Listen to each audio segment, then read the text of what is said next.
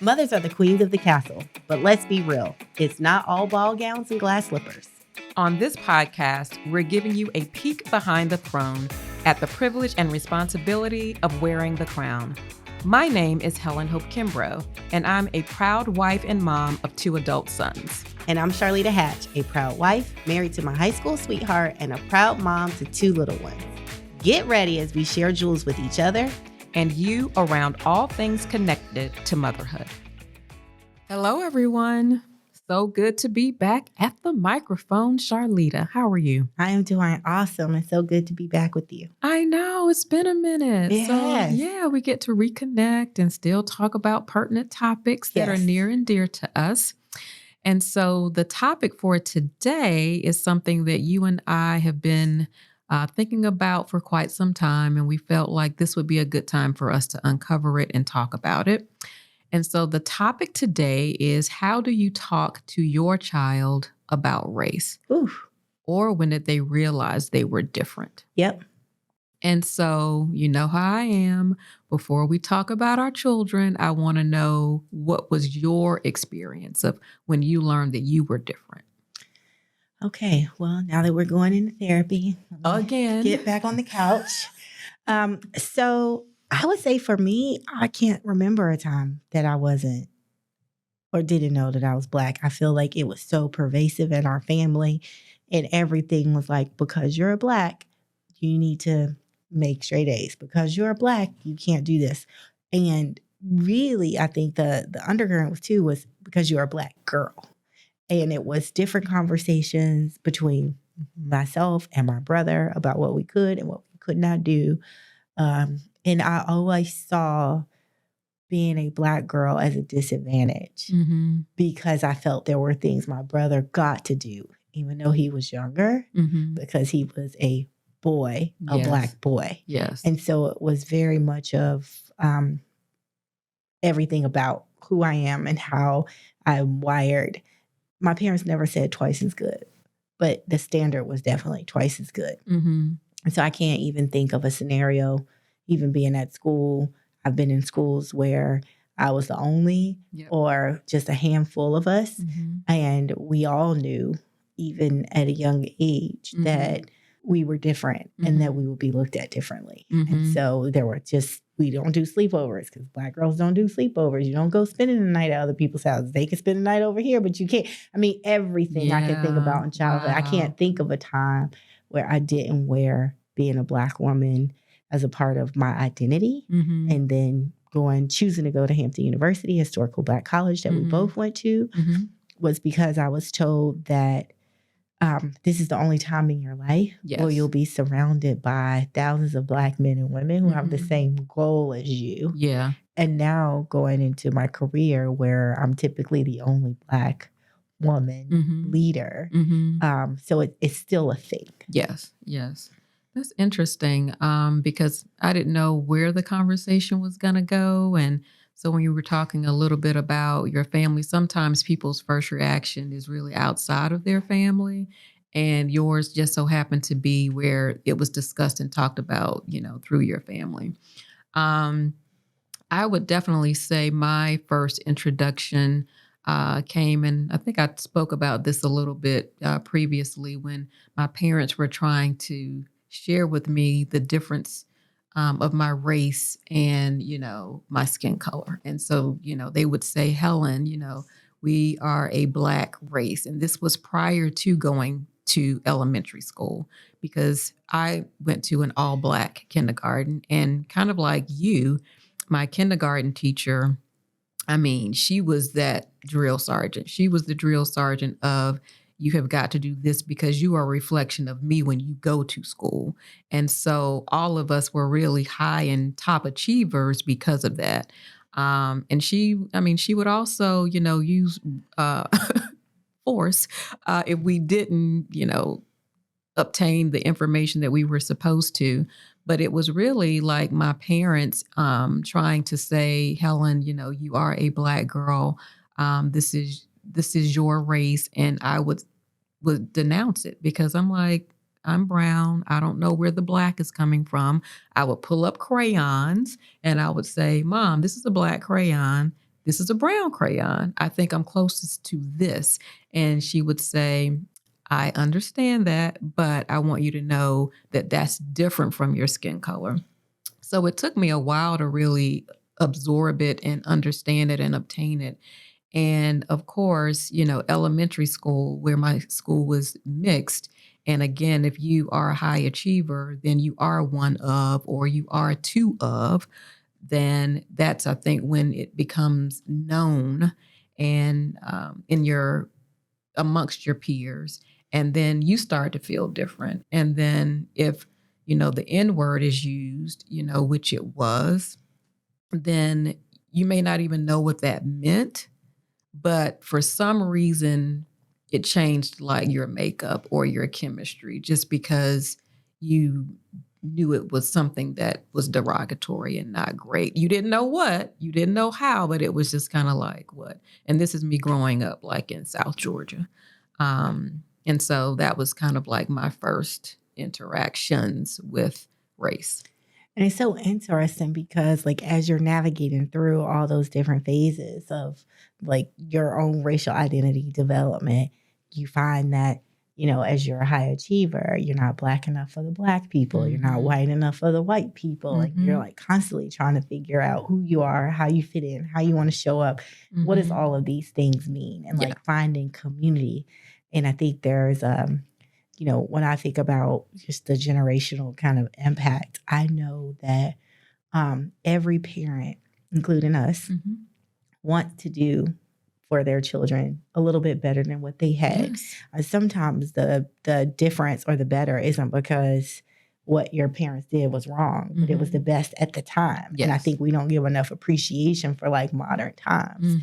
And so with my parents, growing up and going to integrated high schools. Yes. Was their first bout at integration. And at that time, Black people wanted so much to be in whiteness and to be accepted and to be able to be in those spaces. And so much of our schooling, where we shopped, where we went. Because it was about equality. Right. Was to go there. Right. Yep. And then we reflect on our conversation and was like, well, I didn't really like being the only Black kid in the class. I really did like, maybe shopping at stores where it was like where white people shop, but then not being like urban and cool. Not fit me. Right. Or just the flowers versus like, a little bit more urban swag and all that. And I tell people all the time, to this day, I don't think I have urban swag because that's just not where I was like built and like came from. And so, it translates then, I think, to like how you parent your children. It does. And to like, okay, do we want them in predominantly white spaces or Black spaces? Or how do you find like the right environment, how you have the conversation with your own kids?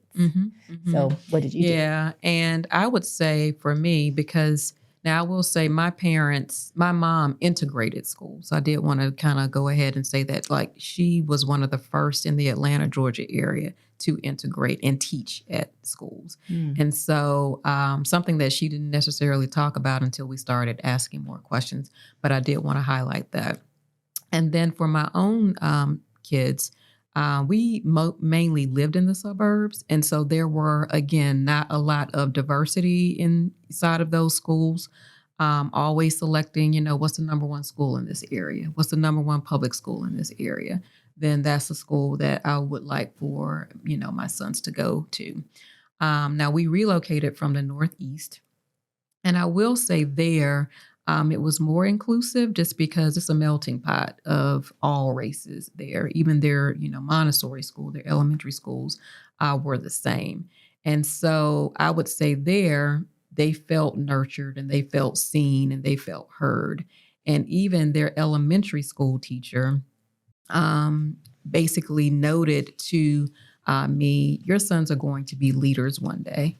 This was a probably 70 plus Caucasian woman who saw like all of this greatness in my kids at such young ages. And I was just like, that is telling. Like, I love that. And then we come here and it's the opposite. My kids are smart. They they converse well. My older son, opinionated and expressive. And And sometimes that didn't bode well, like in the educational system. And I could see that things were turning and changing. So, you sometimes you think things have changed, but they haven't changed as much as you thought they have, right? And it was hard for us. And so as a family, that meant we all had to go to counseling to talk about this. We all had to go to counseling to talk about race. We all had to go to counseling to put forth a plan that could really engage our children inside of these schools and inside of these white spaces. And for some of it, we would give the plan to the teacher and say, these are the things that we are expecting you to do with our son or with our daughter, because it would be one where they would be in spaces and they would be called out for doing the same thing that someone else was doing. And that just wasn't fair. And that's where the anger would come in for specifically boys as to why am I being treated this way? And I just did the same thing that this other person did, but the punishment is harsher for me than it is for him. It's not fair, which made me be more visible on school campuses. If I entered any school, I wanted them to know my name exactly.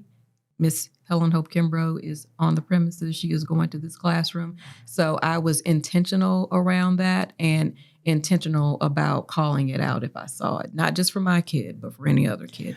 I don't want us to move past the point that you shared around the impacts of your son's racial identity journey, resulting into a stepping you all addressing it as a family by involving a therapist. Yes. And I think, so many people may not realize the burden of the Black tax and what it means to navigate and all of that. So how did you all as a family, because I think it's not always, particularly when you did it, maybe not the first cultural response to go into therapy. So how did y'all navigate that?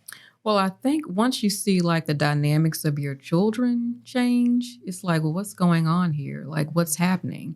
And then as a parent, you feel like you have the responses and all the answers, but then you see that you don't. And you see that you need someone who has more experience in this space, or even more experience in talking to children about this. Because, when kids hear their parents, sometimes it's wah, wah, wah, wah. Like, are they talking about this again? I don't hear them. But if they hear it from someone else, but then someone who's well trained in this, it's better. And so I would actually say it was my husband that was like, I think we all need to go to counseling, because also when you're faith-based, you're thinking your faith is also going to be the covering. And I'm not saying it's not, so I don't want to hear anything otherwise. But I think you need extra, exposure and experience of someone who is in this space who can talk about that too. And so you can love Jesus and go to therapy at the same time. You can do both. You can do both. Yes. And so that's really how it came about. And we needed tools. And so I think, it's good for us to kind of lift that up so that we can obtain those things. The other thing I'll point out is around like kind of the education system where you found the most probably acceptance for yourself and also your children. And so there's a term that I want to make sure everybody knows, and it's called culturally responsive pedagogy.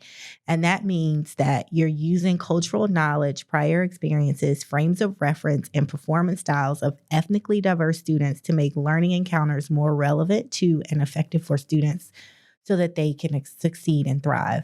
And I think in the environments that you described for yourself from the kindergarten teacher, as well as for your sons in the Montessori schools in the Northeast, they both had, educators that were able to take what was needed and apply it to a lens that you could process and accept. Yes, and I think that's important for Black children to thrive. It doesn't have to be a Black educator that has culturally responsive pedagogy lens. I agree. But I also just want to hear more about your experience because, again, a generational conversation that we normally have here. You've taken a whole different approach as to how you decided to educate your son. And you've been really intentional about making certain that the school was a place of acceptance, growth, nurturing, and learning. And how did you decide to do that, which is so different from my experience with my own kids? So I think where you involved a therapist to have the conversation about race as a result of things happening, I involved a therapist before things happened. So we still had a therapist, right? And so I think that is something to call out, is that it is something that's so convoluted, because I think so many people look at us as Black women, Black mothers, Black people, and they're like, you're the D&I expert because you're Black. It's like, no, I can talk about my own lived experiences, but I'm not a practitioner in this regard, right? Like, I don't have the training or the tools. And certainly, when you're too close to something, it's hard to navigate your own children. So I have some friends that are not Black, and they really informed me that prior to their children entering into kindergarten, they would get them tested by independent psychologists. And it would be some sort of kind of gifted test, but also a test that helps you to understand how your child learns, how they process information, and you can make a data-driven decision about where you put your child. Yes. And my husband and I still believe that was one of our best investments, to be able to take a look at the way the psychologist assessed Mark, what he needed, what we should be doing as parents to help him thrive. What are the things that we should be asking the teachers for so that he could thrive? How do we take the report from a psychologist and use that to have those conversations with the teachers? So that to me was something I did not even know was a thing. I had never heard of it. When you told me about it, I was like, what are you talking about? I had never even heard of it before. And then I said, oh, that was my mother. My mother is the one that interviewed all the principals and teachers in schools on our behalf to make certain that it would be a school that our kids could learn and grow in. So share more. Yeah, I think we have to do more of those like conversations and sharing. One thing that sticks out to me is my son is 6 now, but when he was 4, so he got in the car after soccer and he said, Mom, I'm Black and this person is white. And I said, oh, okay. And so, you take a pause and you're like, well, did somebody say something? Like, where is this coming from? And he said, no, I just know that, all my friends are white and all my friends that do the things I like are white. And I don't like to be the one that stands out. I don't want to be different. And that just hit me out like a ton of bricks. I'm like, I wrote Black Boy Joy. And like, now you're out here. I wrote a children's book series for you. And you're out here like saying you basically don't want to be Black. But it was because you still, no matter all the different things that we do, we have, a Black church and Black organizations that we're a part of and all of these things, where he was primarily in school was predominantly white. Yeah. And so all the other things we were doing didn't really translate to him because where was he getting his friends? And so that really informed my decision for kindergarten. Yeah. I'm like, I want to make sure that he's in an environment that is very culturally diverse, so that he does not feel like he's sticking out, because he could already identify that at 4. And I will say, he is still on his own racial identity development. You could tell that he's trying to figure out who he is. I don't think he's fully accepted who he is. But I like how he's able to verbalize how he's feeling, because some of it could be internal, right? He could either be angry, he could lash out, and it could, of course, like we hear in the school systems, it could be more behavioral because he would not be able to express that. So I love the fact that he's able and he has the words to use to share that with you. Yes. Kudos to you, Mom. Well, and Dad. Thank you. And so I think, if you can believe it, as we start to conclude, what is one thing you would do for parents that are trying to navigate, race conversations? What action would you take, or what would you share? Well, I would share 2 things. One is foundation, one is preparation. Make certain that you are providing your child with the right foundation for your home, for your life, for your family, and then prepare them. Because there are many families that don't believe in preparing them, or they wait until after and do it in a retrospective type of way. but I feel like it's best to prepare them so that they can see the signs or see things coming so that they are aware, and then let them know that there's an opportunity for them to converse about that when they get home with you, that you're always there to listen to them. I think it's important. I think that's so good. And you're right about the preparation piece, instead of thinking that our kids are too young to talk about race. Y'all, we're going to unpack this topic more throughout the life cycle of this podcast. Hopefully, this gave you a little bit of something to think about. We invite you to share your comments and thoughts as you kind of listen in, and please share it with your friends or colleagues that might also have something to contribute to our community. Please don't forget to like, comment, subscribe, and share. Thanks, y'all. Thank you for listening to the Behind the Throne podcast. Be sure to subscribe to our channel and comment below with your feedback. Check out future episodes from us as we discuss motherhood from babies to adults.